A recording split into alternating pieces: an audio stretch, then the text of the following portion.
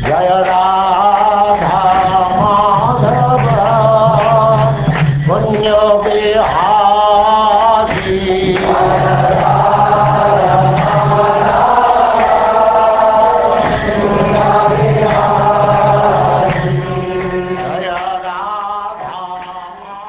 And now chapter 19, Swallowing the Forest Fire.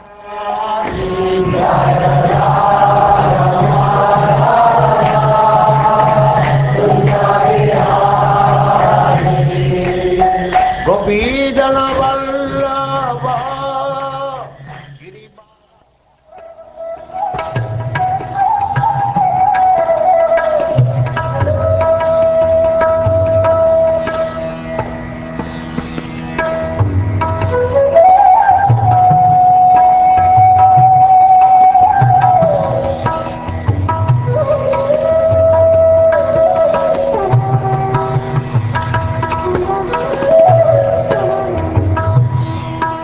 Shukdev Goswami said, "While the cowherd boys were completely absorbed in playing, their cows wandered far away.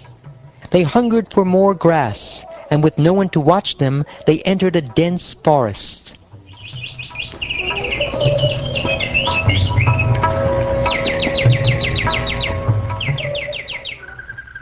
Passing from one part of the great forest to another, the goats, cows, and buffalo eventually entered an area overgrown with sharp canes.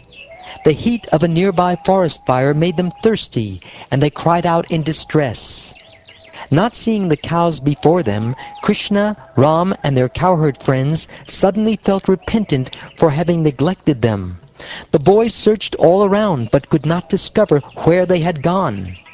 Then the boys began tracing out the cows' path by noting their hoof prints and the blades of grass the cows had broken with their hooves and teeth.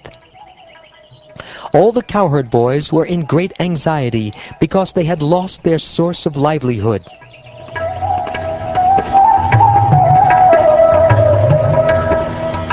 Within the Munja forest, the cowherd boys finally found their valuable cows, who had lost their way and were crying. Then the boys, thirsty and tired, herded the cows onto the path back home.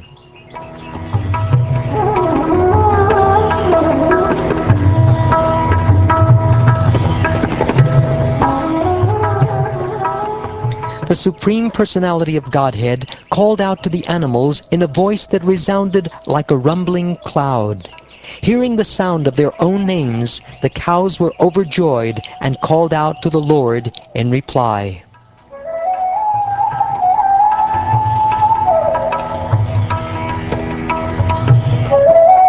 Suddenly a great forest fire appeared on all sides, threatening to destroy all the forest creatures. Like a chariot driver, the wind swept the fire onward, and terrible sparks shot in all directions. Indeed, the great fire extended its tongues of flame toward all moving and non-moving creatures.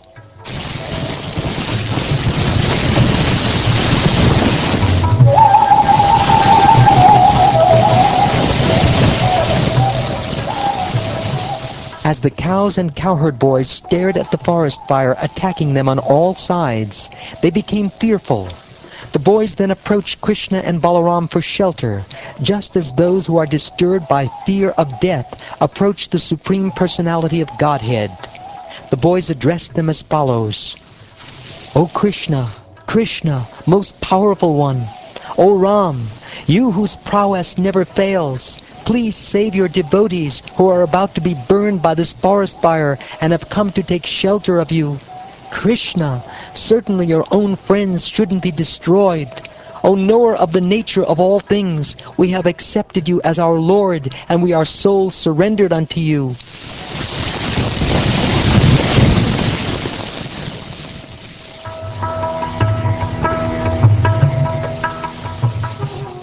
Hearing these pitiful words from his friends, the Supreme Lord Krishna told them, "Just close your eyes and do not be afraid." "All right," the boys replied, and immediately closed their eyes. Then the Supreme Lord, the master of all mystic power, opened his mouth and swallowed the terrible fire, saving his friends from danger.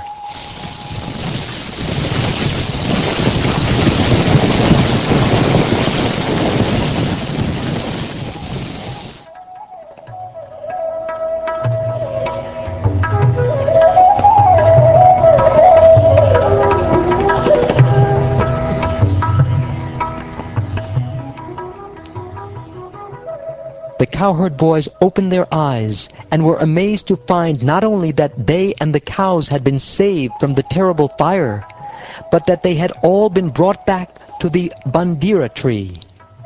When the cowherd boys saw that they had been saved from the forest fire by the Lord's mystic power, which is manifested by his internal potency, they began to think that Krishna must be a demigod.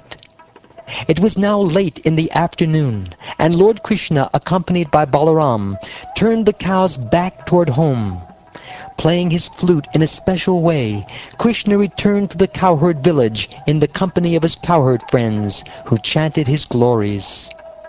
The young gopis took the greatest pleasure in seeing Govinda or Krishna come home, since for them even a moment without his association seemed like 100 ages.